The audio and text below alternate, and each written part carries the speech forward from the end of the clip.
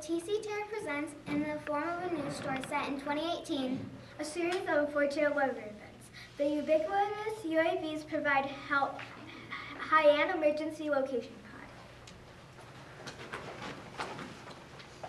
Hi, I'm Massimo, and I'm here in Tacloban on the 5th anniversary of Typhoon Haiyan. Haiyan flattened the central Philippines, bringing some of the strongest winds ever recorded and causing tsunami-like storm surges. We will now go to Granite from the Weather Channel to tell us more about typhoons. Granite?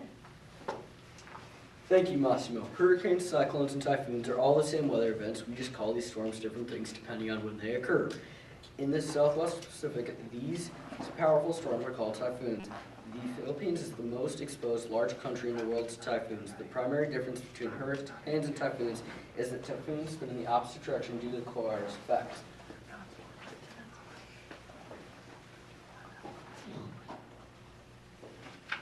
Thank you, Granite. Now over to Meredith with Red Cross Volunteers Race.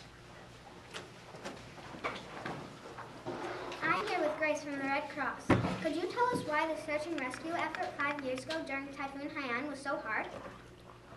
The Philippines is a cluster of 7,000 islands with a population of 96 million people. The entire land area is slightly larger than the state of Arizona. Because of this, rescue crews report trouble using standard search and rescue methods, like manned airdrops to deliver food, water, tents, and medicine to affected areas due to damaged roads and fallen trees. Down power and communication lines made the response challenging and difficult and dangerous. Now, 5 years later, there is a new and innovative solution for search and rescue after a typhoon. Massimo is with Team TC Terra, developers of an emergency relief beacon called HELP, the Haiyan Emergency Location Pod, and Tony Sauerberg, UAV Program Manager at Northwestern Michigan College in Traverse City, Michigan. Thanks, Meredith. Bob, could you tell us what HELP is? HELP is a beacon used to locate survivors and help them communicate back to those coordinating rescue relief. This is something that didn't exist 5 years ago. The pods containing HELP beacons are dropped by a UAV. The HELP beacons use a Wi-Fi transmission to communicate back to relief organization the status of survivors using an image-based touchpad, so language and survivors' ability doesn't get in the way of communicating their needs.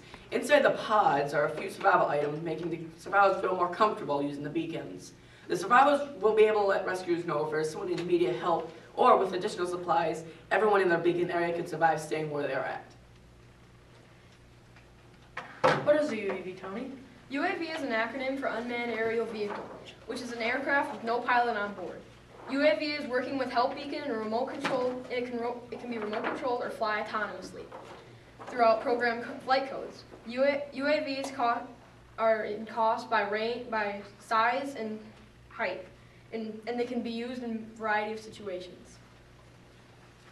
Could you tell us more about how the existing technology of UAVs works with your innovation solution of the HELP pod? Well, Massimo, the plan will be rolled out in 2 steps. First, a larger UAV equipped with an infrared camera would fly through the area, locating survivors' heat signatures. Secondly, another wave of smaller, more maneuverable aircraft would fly in, delivering the HELP pods to survivors. After that, the smaller drones would fly up to a safe altitude and hover, where they could provide an on-the-fly wireless network, so the pods communicate with the mainframe. Because these drones are unmanned, they can fly for long periods of time, day and night, in adverse weather conditions with no pilot on board.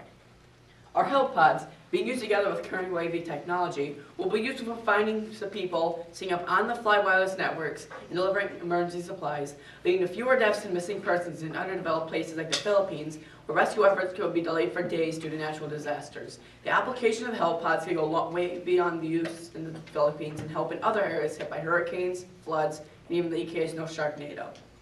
Well, we can't prevent a typhoon like Haiyan. With the invention of the HELP Emergency Location Pod, search and rescue will be forever changed. Reporting from the Philippines, I'm Massimo. And I am Meredith. And we are bringing hope to the people who need help.